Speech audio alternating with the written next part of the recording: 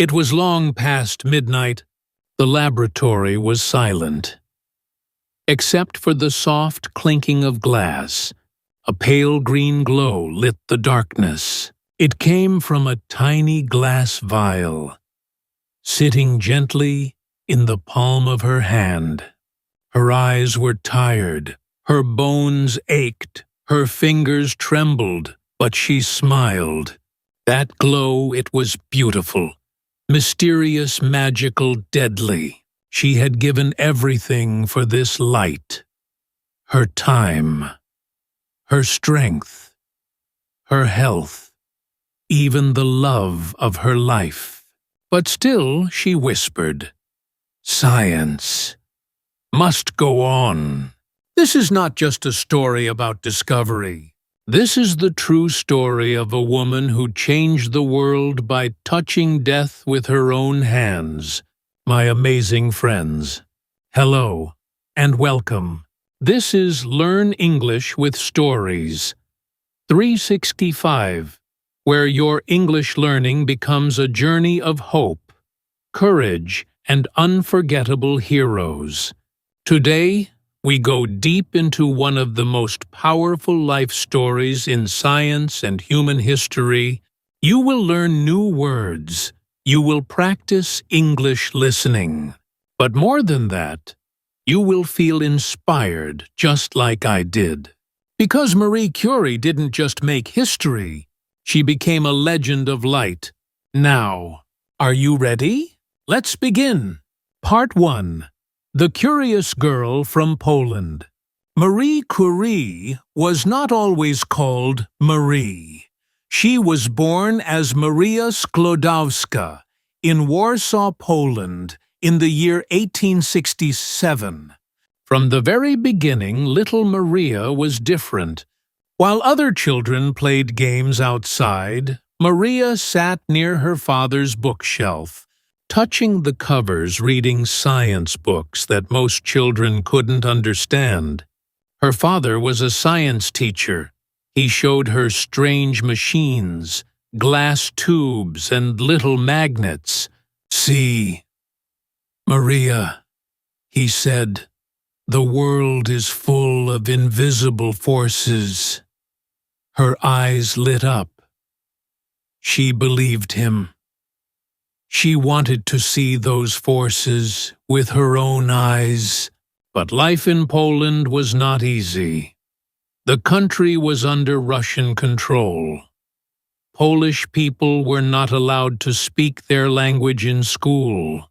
Girls were not allowed to study science at university. And her family? They were poor. Her mother, a school principal, died when Maria was just 10 years old. Her oldest sister also died from illness. Sadness filled the house, but Maria held on. She studied harder. She promised herself, "I will not let this pain stop me. I will learn. I will discover something great." Maria finished school at the top of her class, but there were no chances for women to study at the university in Warsaw. So she joined something secret. It was called the Flying University, a hidden school where women and men could learn in secret rooms away from the eyes of the Russian police. She read physics. She read chemistry. She studied for hours by candlelight. Her hunger for knowledge was unstoppable. She had a dream to go to Paris to study at the Sorbonne, where real scientists worked. But she had no money, so she made a plan. She would work as a governess, take care of children, and send money to help her sister study in Paris first. When her sister became a doctor, she would help Maria. That promise held her through cold winters and long nights of work. Years later, the letter came. Her sister was ready. Maria packed her bags. She was now 24. She kissed her father goodbye. She got on a train with a heart full of hope and just a few coins in her pocket. She was going to Paris. She was going to become a scientist. Part 2. Forbidden Knowledge and Paris Nights. Paris was beautiful, but cold and unforgiving. When Maria arrived in 1891, she was no longer Maria Sklodowska. She was now Marie. She had come to the Sorbonne, the most famous university in France, to chase a dream that seemed impossible. She was a woman, poor, and a foreigner. But none of that mattered to her. She had one goal: to become a scientist. Life in Paris was not easy. She rented a small attic room with no heat. In winter, the water in her glass would freeze overnight. She often ate only bread and tea. Sometimes she fainted from hunger, but she never complained. Her notebooks were her treasures. She studied physics, mathematics, and chemistry. During the day, she attended lectures. At night, she read until her eyes could no longer stay open. Her classmates were mostly men. Some ignored her. Others doubted her, but she was always the best in class. The professors noticed. "Who is this quiet girl with the sharp mind?" they asked. Marie didn't speak much, but when she did, she asked deep questions. Her professors had never seen a student so focused, so passionate, so determined. One day, Marie met a man who would change her life: Marie Curie. He was a physicist, shy, quiet, and deeply in love with science. They talked for hours about energy, matter, and invisible forces. Marie saw in Pierre not just a partner in life, but a partner in discovery. Pierre was amazed by her mind. He said, "You have the soul of a scientist." Their connection was instant, deep, and full of purpose. In 1895, Marie and Pierre got married. It was not a fancy wedding. There was no white dress or big celebration.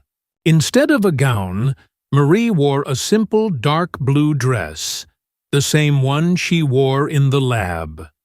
That was who she was, a woman of science.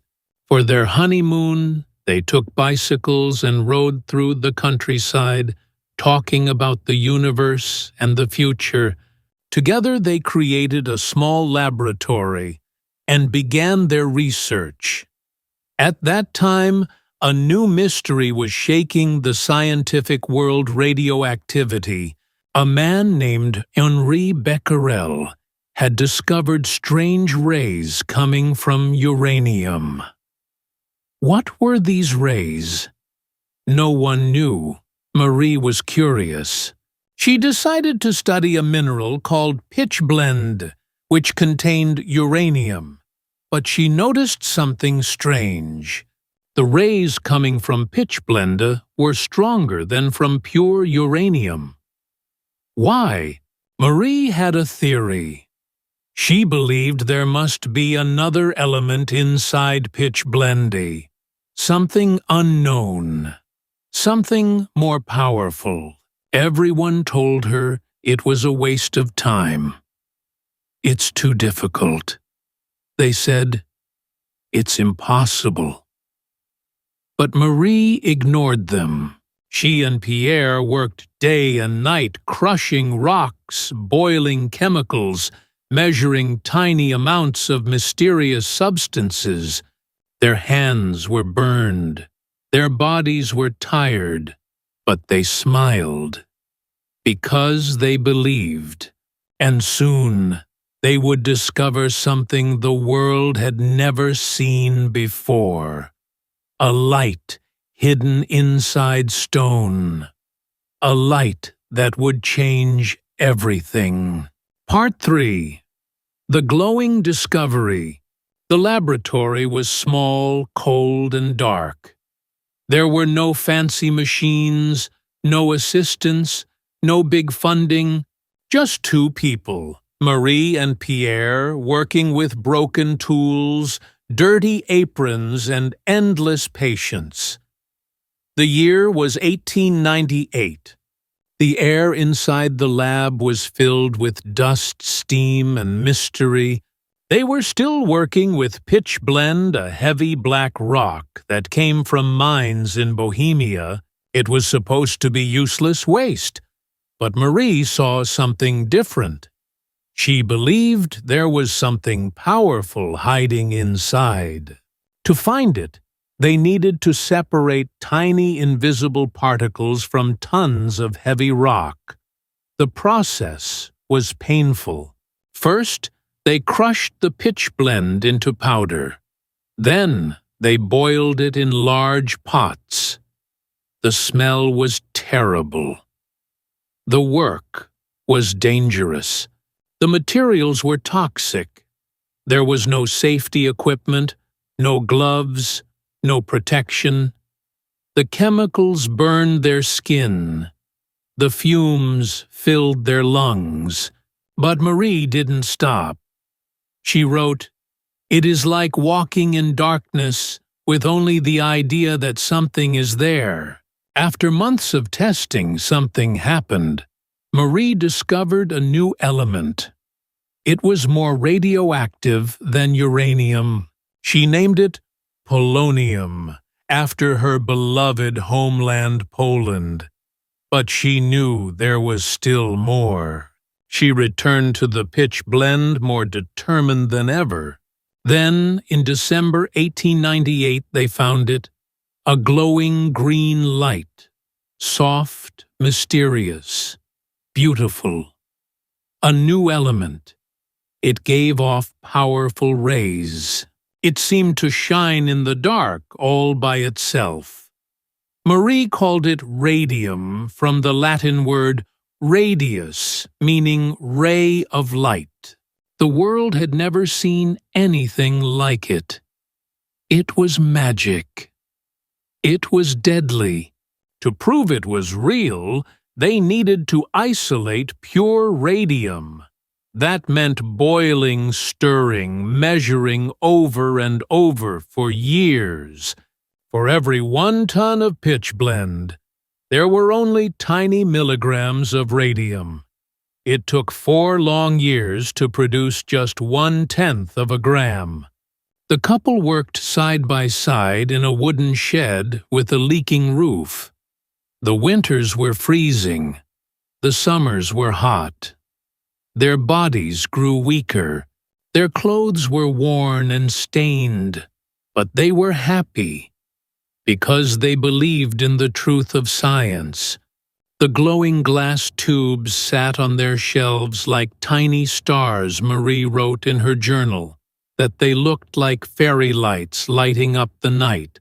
Sometimes when the room was dark, she would sit in silence and watch them glow. She didn't know the light was eating away at her bones. Nobody knew. They thought radium was pure healing, even magical. The world began to notice. Scientists were amazed. Newspapers wrote about the Marie Curie, who had found glowing elements in rocks. But many didn't believe a woman could do such work. They thought Pierre must be the real scientist. Marie stayed quiet. She didn't care about fame. She cared about facts. In 1903, the Nobel Prize Committee in Sweden chose to honor the discovery of radioactivity, but they listed only Pierre and another scientist, Henri Becquerel. One man, a mathematician named Magnus Gösta Mittag-Leffler, asked, "What about Marie Pierre?" was furious. He wrote to the committee and said, "My wife did the work. I will not accept. unless she is honored too. And so Marie Curie became the first woman in history to win the Nobel Prize. But the celebration didn't last long. Their bodies were already suffering. They were always tired. They had strange pains, sore joints, bleeding gums. But they didn't stop. They believed radium could help people. Doctors started using it to treat cancer. People called it a miracle cure. Radium was powerful, expensive, and highly desired. It was sold in beauty products, drinks, even toothpaste. No one knew it was poison. Marie and Pierre were now famous, but they were still poor. They never patented radium. They refused to make money from it. Marie said, "Radium must belong to all people. It is for science, not for profit." Then tragedy came. In 1906, Pierre was walking in the rain on a busy street in Paris. A horse-drawn carriage came too fast. Pierre slipped and fell under the wheels. His skull was crushed. He died instantly. Marie was destroyed. The love of her life. Her partner in science was gone. She locked herself in the lab and cried for days. But the world didn't stop. Their work needed to continue. She gathered her strength, wiped her tears, and returned to the laboratory. She was now alone, a widow, a mother, a scientist. That same year, she became the first female professor at the Sorbonne. People packed into the lecture hall just to see her. When she entered the room for the first time wearing black, the students stood up and clapped. She began to speak, not with excitement, but with quiet strength. Her first words were, "When I think of my husband, I think of a man who believed in truth." Marie kept going. She continued her research, continued her teaching, continued to work with radium, even when her fingers went numb, even when her eyesight blurred. Even when her body begged for rest, she had touched the poisonous light, and she would never be the same. But she had no regrets, because radium had given the world hope, and Marie Curie had given it everything she had. Part 4. The poison in her hands. Marie Curie had become a legend. After Pierre's death, many people expected her to stop, but she didn't. She returned to the lab with a quiet fire inside her. She worked harder than ever. She had 2 daughters to raise. She had students to teach. And she had a promise to keep the promise she and Pierre made to science. In 1911, she was nominated for another Nobel Prize, this time in chemistry. The world watched closely. Could one woman really win 2 Nobel Prizes? Could she do it without Pierre? The answer was yes. Marie Curie became the first person in history to win 2 Nobel Prizes in 2 different fields, one in physics and now one in chemistry. But the same year, she was attacked by the press. A newspaper discovered she had a friendship with a married physicist, Paul Langevin. They called her a homewrecker. They printed lies, rumors, ugly headlines. They said she was dangerous, foreign, too bold, too smart. They told her to go back to Poland. But Marie didn't hide. She stood tall and said, "I have done my work with honesty and dignity. Her science spoke louder than the noise. Still, her body was paying the price. The glowing radium she had loved so much was destroying her slowly. Her fingers were stiff. Her joints burned. She was always tired. Her eyesight weakened. Her skin was pale and fragile. But no one knew the true danger of radiation. Yet, there were no warnings, no protections, no limits, and Marie Curie kept a vial of radium in her pocket. She carried death in her coat without knowing it. When World War I broke out in 1914, Marie could have stayed safe. She could have stayed in her lab far from the battlefield. But she didn't.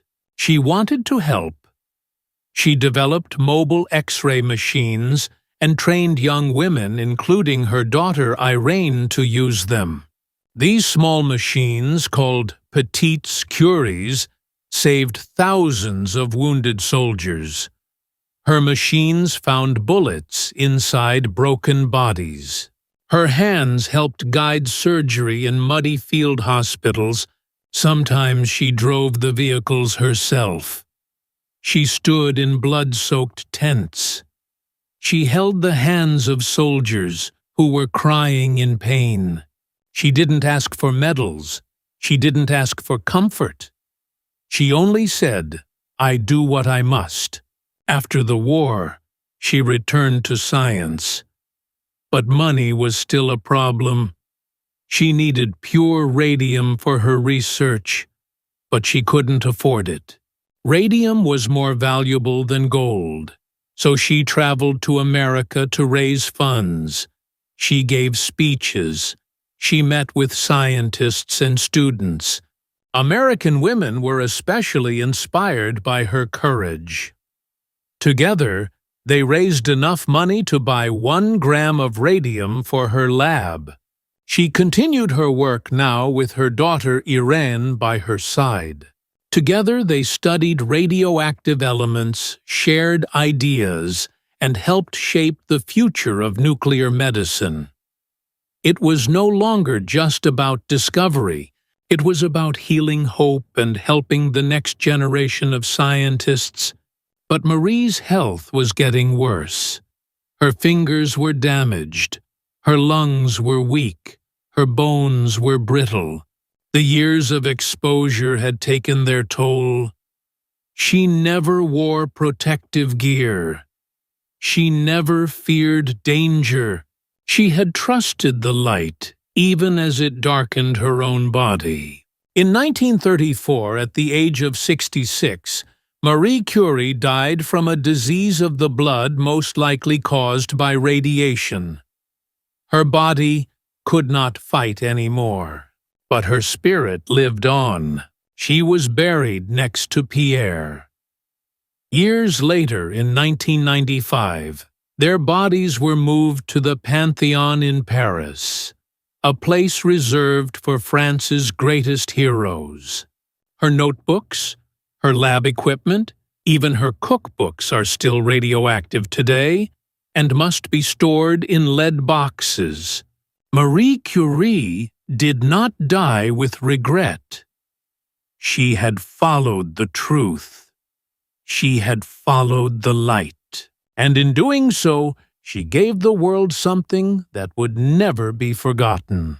Not just a discovery, but an example of courage, sacrifice, and belief in something greater than oneself. Part 5. A Legacy Written in Light. Marie Curie was gone, but her light had not faded. In fact, it had only grown stronger. The world she left behind was forever changed by her work, her courage, and her vision.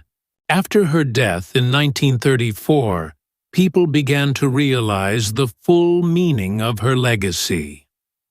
She had opened the door to a new world of science.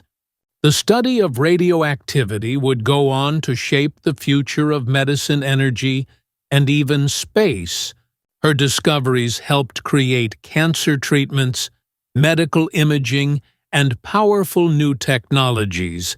But Marie Curie gave more than just radium and polonium. She gave the world her heart. She taught us how to fight without violence, how to lead without shouting, how to dream without limits. She showed that science is not about fame or fortune. It is about truth. It is about service. It is about asking the questions no one else dares to ask. Her daughter Irene followed in her footsteps, together with her husband, Frédéric Joliot. Irene continued Marie's research. In 1935, just 1 year after Marie's death, Irene won the Nobel Prize in Chemistry, a second generation of Curie brilliance. A second Nobel in the family.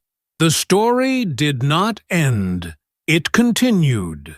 Marie Curie's name now lives in schools, universities, laboratories, and hospitals around the world. Her face is on stamps. Her life is told in books, films, and classrooms, but her true gift is not on paper or screens. Her true gift is in the hearts of those who believe in knowledge. Those who ask why. Those who say, we can do better. Even now, her old notebooks are kept in lead-lined boxes because they are still radioactive. Visitors must wear protective clothing to study them. Her hands are gone, but her words, her notes, her questions still glow just like the radium she discovered. Marie Curie never wanted to be famous. She never wanted wealth. What she wanted was simple to understand. And to use that understanding to help others, she once said, "One never notices what has been done. One can only see what remains to be done." Today, the world continues to do what remains. Scientists everywhere build on the foundation she created. Girls who once thought science was not for them now say, if she could do it, so can I. Her story reaches far beyond laboratories. It touches the soul. She gave everything for the light she believed in. And now that light lives in you. So, dear learner, what is your light? What will you chase even when it's hard? Even when others doubt you? Because Marie Curie showed us something powerful. When you follow truth with courage, you do not just change science, you change the world. Conclusion. Marie Curie's story is not just about science. It is about bravery. It is about sacrifice. It is about a woman who walked into darkness because she believed the world needed light. She did not wear a superhero cape. She wore a lab coat. She did not fight with weapons. She fought with knowledge, and she gave her whole life to that fight. From the streets of Warsaw to the laboratories of Paris, from hunger and heartbreak to Nobel Prizes and worldwide respect, Marie Curie never gave up. She lost family. She lost health. She lost love. But she never lost her purpose. She believed that science was not just for the mind. It was for the heart. It was for humanity. She taught us that learning is not easy. Discovery takes time. Change takes courage. And sometimes chasing the truth comes with pain. But still, we must chase it. And my amazing friends, isn't that what you are doing right now? You are learning English. Maybe it's hard. Maybe you feel tired, lost, or slow, but you are still here, still learning, still trying. And that is powerful, because learning a language, just like discovering a new element, takes patience, passion, and purpose. Marie Curie failed, but she stood back up. You will too. So remember her when you feel like quitting. Remember her when someone says, you can't remember her when the road feels too long.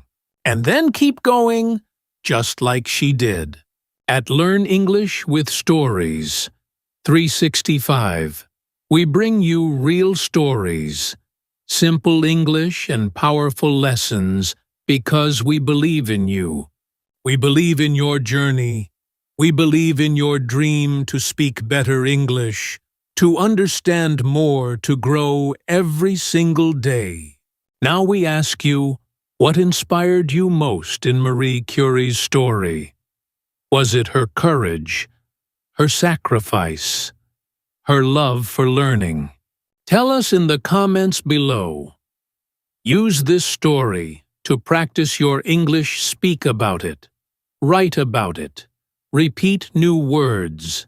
Use your voice. And never forget, you have a light inside you too. Let it shine. Thank you for learning with us. This is your channel, your story, your journey. We'll see you in the next one. Until then, keep learning, keep believing, and keep glowing.